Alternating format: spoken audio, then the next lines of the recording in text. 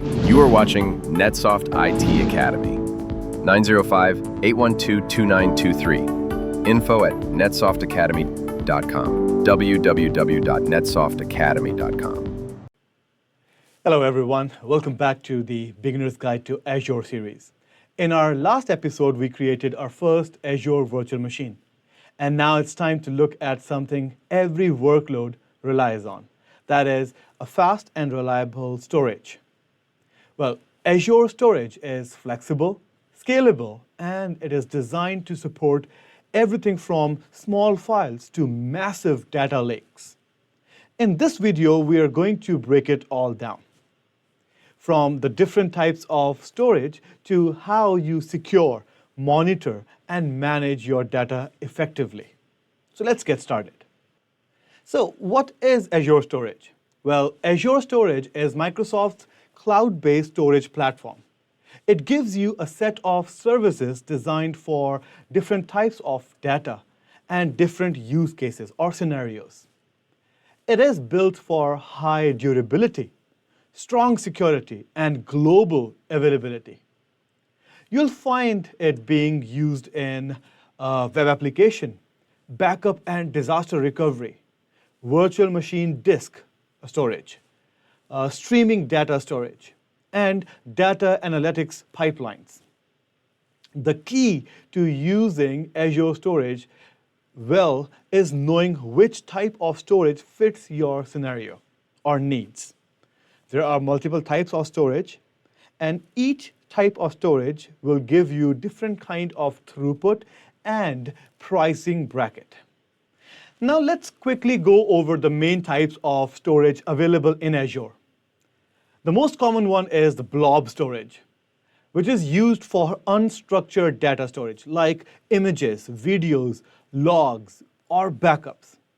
Now this type of storage is great for web application, big data, or archival of huge data set. Remember, blob stands for binary large object. So your movies, your music, everything is a blob. Then we have file storage, which gives you file shares using the SMB protocol functionality. Or you can say file storage is simply a network file share. Now, this is really useful when you are migrating traditional file servers to the cloud or setting up a shared folder or shared drive infrastructure, just like you do it on-prem. Then we have disk storage, which is used for virtual machine. Now, these are your operating system and data disks, and they come in different performance tiers. And then there are queue storage and table storage. These are older services used for messaging passing and no SQL style key value storage, respectively. Now, the queue simply means when you want to store messages, which comes in first come, first serve basis. And table storage will help you to store no SQL style key and value storage. Now, table storage cannot replace your database structure. Now, these days, many people use services like Service Bus or Cosmos database instead, in place of queues or table storage. Now let's talk about the blob storage, which is probably the most widely used and flexible option in Azure. You get different storage tiers based on how often you need to access the data. The first one is hot tier. This is used for frequently accessed data like websites or your active files for your servers. Then we have cool tier for infrequent data access like backups or logs. Then we have archive tier. This is for long-term storage. It's the lowest cost storage option, but it takes longer time or a lot of time to access the data out of archival tier. Now, the structure is simple. It starts from Azure Storage account, and then it contains the containers. And each container holds your blobs, which are the actual files. So storage account, containers, and then your blobs. The access to those blobs can be private, or you can also put the blob level public access, which means read-only access to your individual files, but not the whole container. Or you can even select container level access, which means public access to everything in the container. So either it can be private, or you can allow access on your blob, or you can allow access on the whole container. Now, most of the time, you'll want to keep things private and just share the file securely when needed. And that can be done via your private endpoints or service endpoint, which we discussed in the previous videos. Now, security is a huge part of working with cloud storage. And Azure gives you a few key options here. First, there is shared access signature, or SAS tokens. Now, these tokens let you create time-limited links with specific permission. This is perfect for temporary file sharing or uploads. Next, you can use RBAC, role-based access control. Now, this uses Azure Active Directory or Azure Entra ID to manage access at the account level. And it is better for long-term access and auditing. Finally, you can lock things down using firewalls and network rules, which also limit the access. Now, this limitation can be based on IP addresses, virtual networks, or you can use private endpoints. Together, these tools let you create a strict boundary or a secure boundary for your storage. Well, when you store something in Azure, it automatically backs up your data for added redundancy. And you can also choose what level of redundancy you need by Azure. Here you can select LRS option, that is locally redundant storage, which keeps 3 copies of your data within a single data center. Then you can select ZRS or ZRS, that stands for Zone Redundant Storage. Now, this spreads your copies across different zones, but in the same region. Or for added benefits of geo-redundant storage, you can select GRS. Now, it replicates to a completely different region for disaster recovery. And we have RA-GRS, which adds read access to that secondary region which you got in your GRS option. And then we also have some combination, that is GZRS, which is Geo Zone Redundant Storage, which gives you the best of both worlds, zone redundancy as well as geo disaster recovery. And then you also have RA-GZRS, the best and the most expensive solution possible. So, if your data is critical for your business, or you have a compliance requirement from your organization, these options let you plan for resilience and fault tolerance. Now, there are a few different methods or ways you can interact with Azure Storage. The Azure Portal is the best one, according to me, that provides you the web-based interface or web-based dashboard for managing your storage. This is good for one-off tasks like uploading a file or checking the metrics or logs. And then you have Azure Storage Explorer. It's just like your File Explorer in your laptop or your phone. Now, this is a free desktop application that gives you a more powerful interface. Especially, it comes handy when you are working with multiple storage accounts and you want to automate your upload or download process. And for that, you can also use Azure CLI or PowerShell. Now, these tools are great for bulk uploads, automated backups, or integrating storage into your own workflow. So, for an example, let's say you need to share a file with someone for a limited time. Here's how you will do this. You'll start with creating a storage account first, add a container then upload the file you want to share. And then for limited access, generate a SaaS link or SaaS token that gives the customer or the user access to those files, but for a limited duration. Now, once the link is created, share it with your friend. And once it expires, the access will be revoked automatically. So, working with Azure Storage is quick, secure, and it's quite user-friendly. And finally, Azure gives you tools to keep track of what's happening in your storage and automate cleanup or save some cost. You can here use Azure Storage Monitoring to monitor logs and metrics to see things like usage, performance, and any errors that come up. You can also use a very user-friendly but crucial service that is Azure Lifecycle Management. Azure Blob Lifecycle Management. Here you can set up rules to automatically move files to a cooler storage tier, or even delete them after a certain number of days.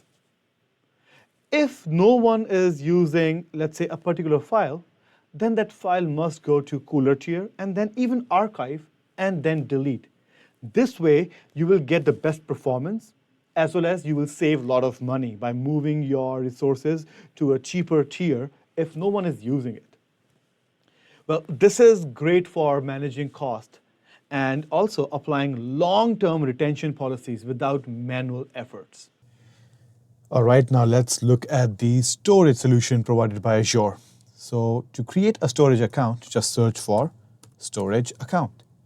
Well, you need to create the storage account first. Only then you can create your blobs, your file storage, and whatever you want to create inside it. So for that, you will click on Create, and then you will add your information here. So subscription and resource group will be there. It's compulsory. So you will add it. Then you will put a unique storage account name. Now, in this case, it should be lowercase, and it will be a unique global name. So let me do that. NITA demo.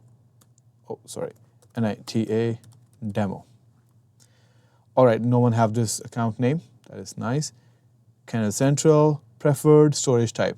Here you will select what type of storage you will create. Well, if you select file, that doesn't mean that you cannot upload blob or table. You can upload it. But this gives Azure an initiative that, okay, so this storage account must perform really good for the preferred storage type. It gives more preference to it. So let's say I say blob. Now the performance you want. Well, standard is more than enough for most use cases. But if you need extreme speeds at a specific storage criteria, or in a storage criteria, then you can select premium. But here you have to make a selection. You want premium, page blobs, file share, or block blobs. You can only select one. Standard gives you everything. So I'll say standard. Now what about redundancy? Well, we have all our options here. You have to select at least one. The cheapest one is the LRS. That is the most basic one.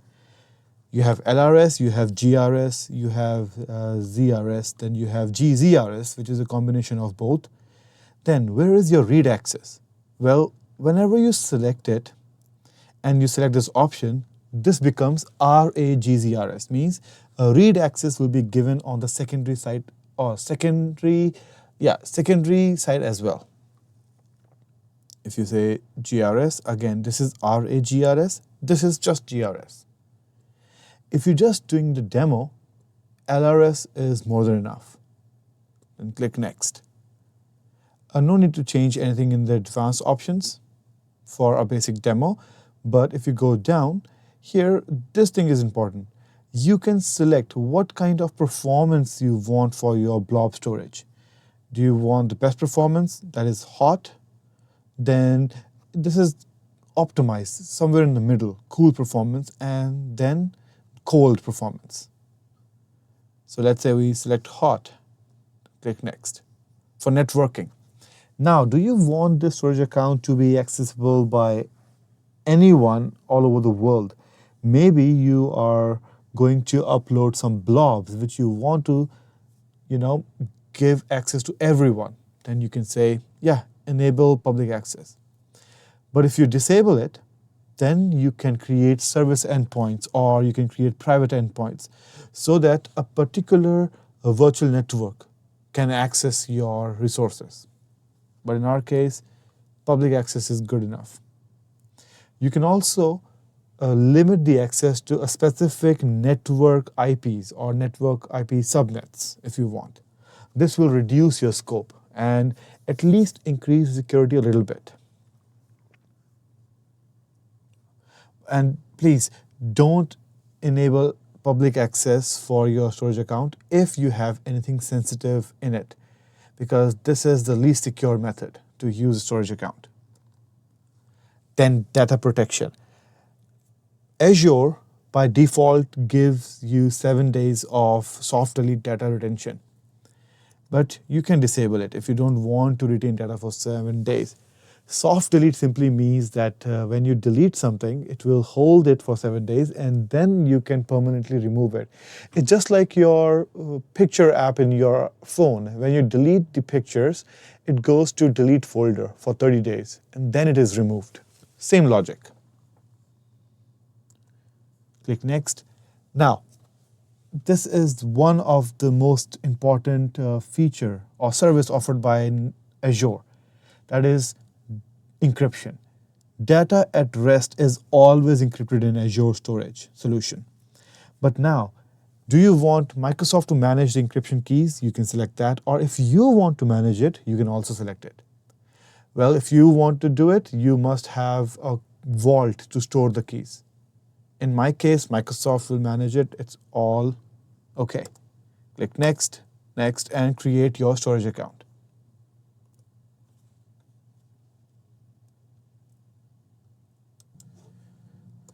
All right, so it is deployed now. Now we can go to our storage account. And yes, there are so many options to select, but the most important tab is data storage. This is where the main job is. So as you can see, containers for your blobs, file share, for your network file share option, queues, and tables. This is where you create your storage infrastructure. So if you go to blob or containers, here you will create a container. Container is just like a folder in which you will put all your blobs, binary large objects. Demo container, okay, demo container. Now you can also encrypt it, but I don't have to. As you can see, this is now grayed out. No one can access it. Well, before you do this, you can actually enable anonymous access. You can also do it after you create a container. For that, you just have to go to Settings, Configuration, and Enable Blob Anonymous Access, and save it.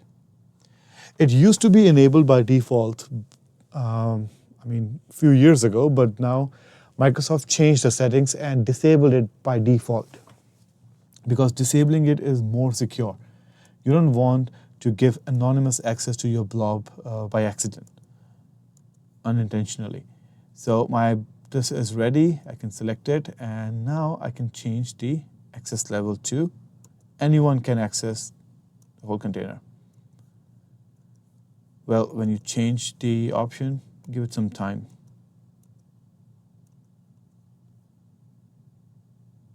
I just enabled it. It might take some time to reflect.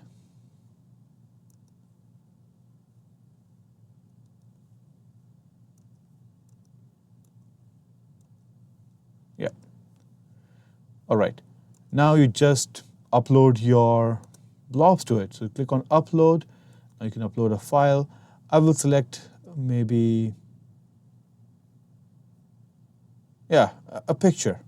It doesn't matter. I'll just select this one and upload.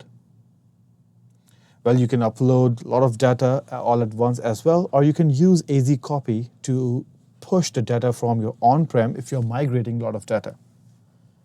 AZ copy is the CLI command line.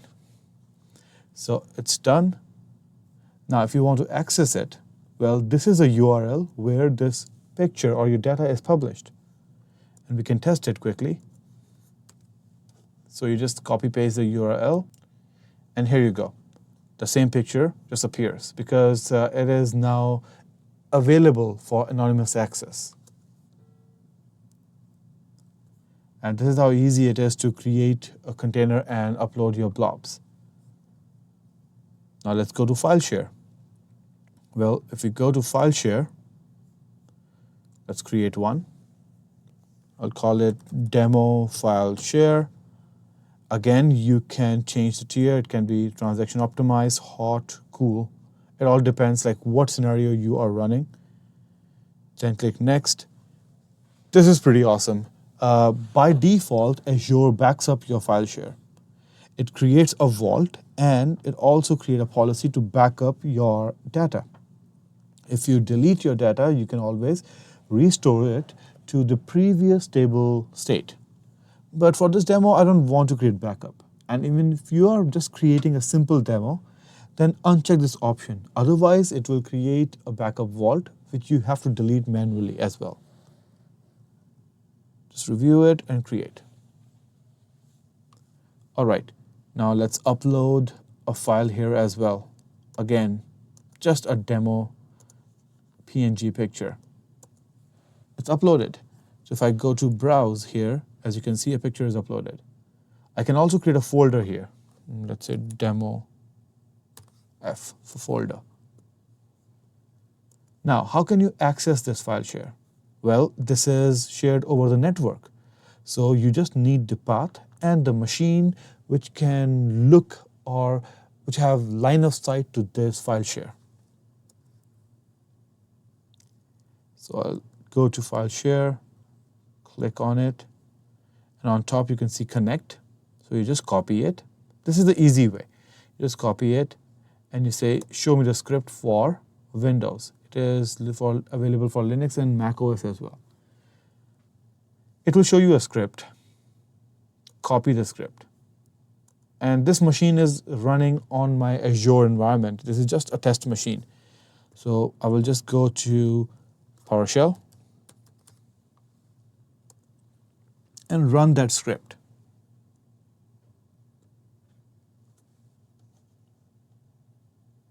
And wait for it. Yeah, it is initiating the connection. All right, so it is now connected. If you go to your File Explorer, go to this PC, and here it is. And you will also see the picture and also the folder. You can also create a folder here, as it is directly created in your file share. So it will show up on your Azure Portal. Demo F2. Minimize. Let's go back to our file share and browse. Here you go. So you just created a network file share on Azure and you connected it with your machine. Now if we go back to our queues, again, just add a queue, give it a name, and that's it. Your queue is added, where you can start adding messages. Well, in reality, this will be used by the application developers who want a buffer area to decouple two or more processes or two applications. But just a test message, this test expires in 7 seconds.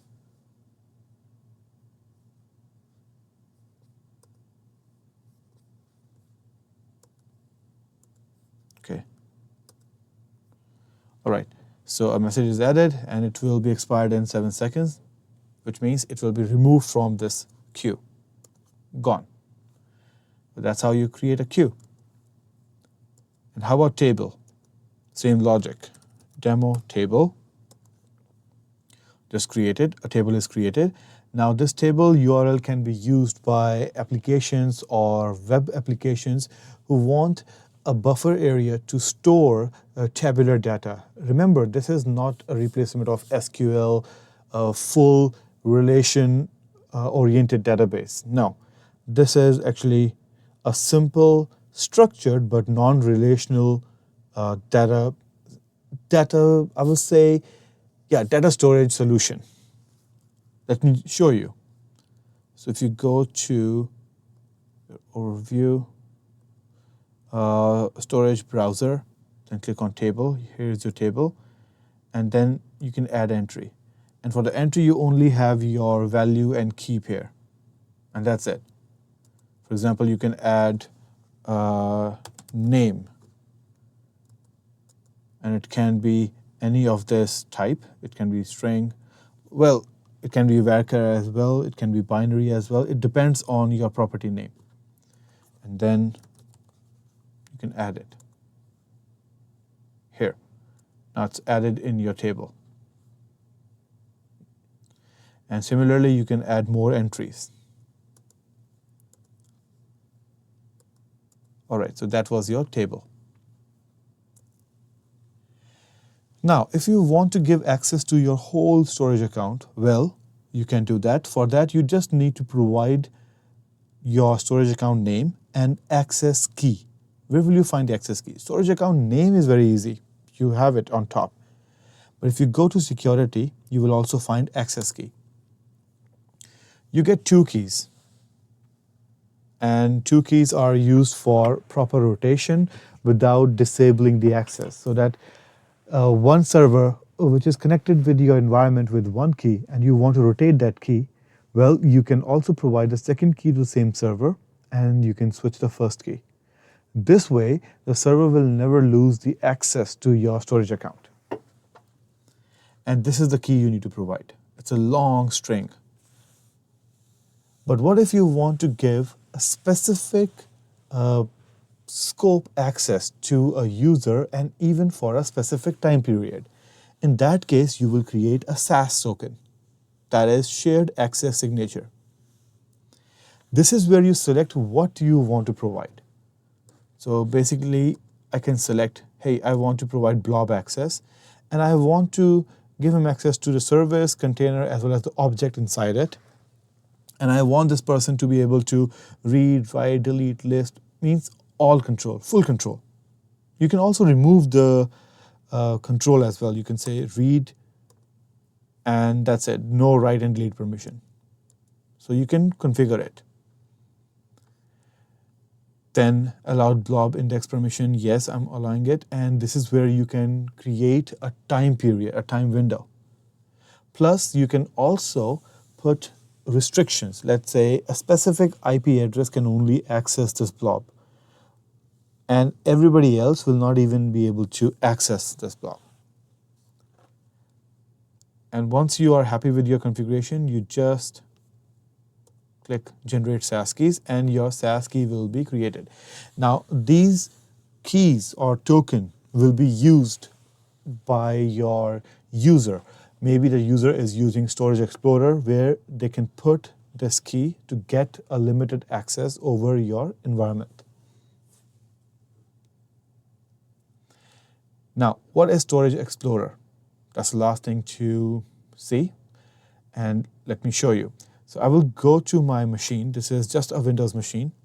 I'll go to browser and download the latest version of Azure Storage Explorer.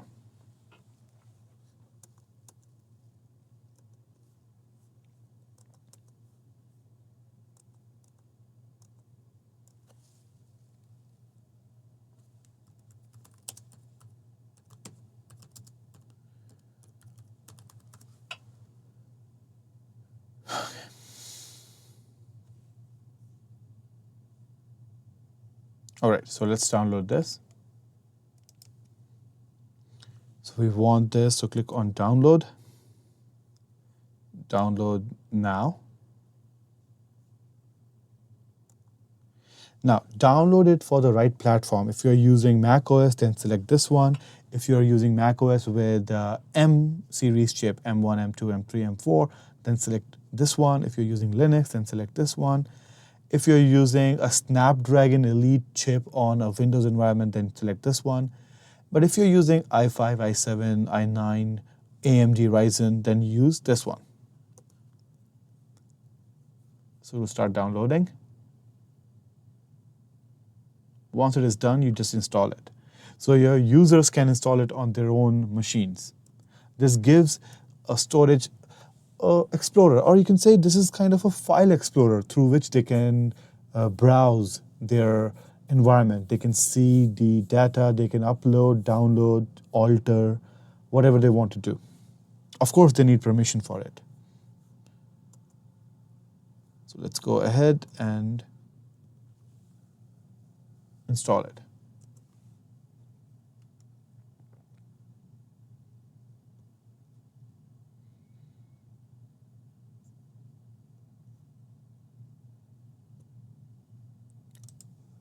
All right, so this is your Storage Explorer. You will be greeted with this Get Started page. You can just close it. And now, do you have any storage accounts to explore? The answer is no. These are all emulators, nothing. So basically, you need to connect with your environment. You have multiple options. So if you click on this Connect button, that's a plug icon. Either you can log in with your own credential, and all the storage account which you made or you have access to will show up. Or you can connect with a storage account directly. In that case, you have to provide the SAS key or storage account and key. Storage account name and key simply means the name of the storage account and that access key. You can use that. So let's say I do this, click Next. Now, demo name can be anything, display name. Now let's go back. My storage account name is this. Now my account key, that is your access key. Copy, copy. Paste. All right. Next. And connect.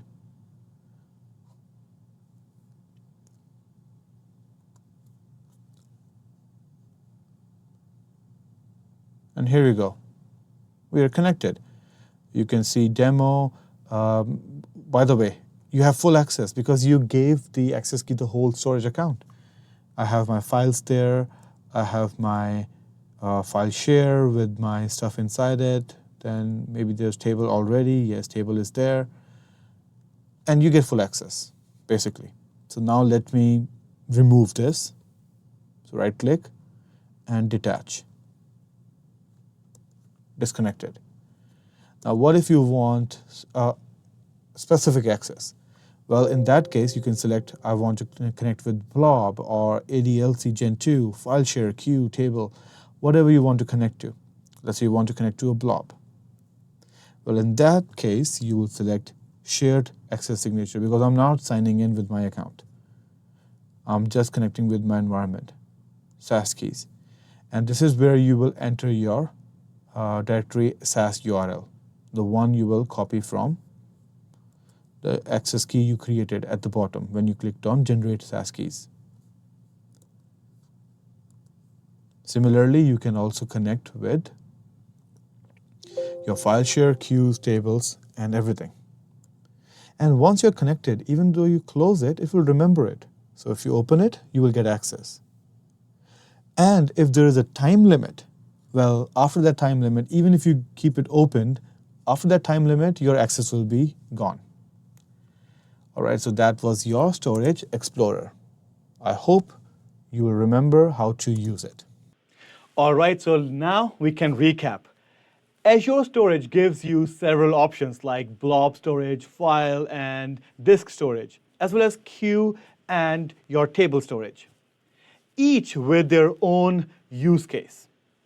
Blob storage is the most versatile, especially for backups, media storage, or any kind of unstructured data storage use case. You can secure your data by using RBAC, SAS tokens, or even network rules, which you create in Storage Firewall. And Azure also gives you full control over redundancy, access control, and automation with lifecycle management rules. In the next episode, we are going to connect everything, pulling together VMs, network, storage into real-world deployment flow. So, if you're finding these tutorials helpful, go ahead and hit the like button, and also subscribe to our channel. And drop any question in the comment section. I'd love to hear from you, and I will see you in the next video. Till then, take care. Thank you for watching NetSoft IT Academy. 905-812-2923. Info@netsoftatacademy.com. www.netsoftatacademy.com.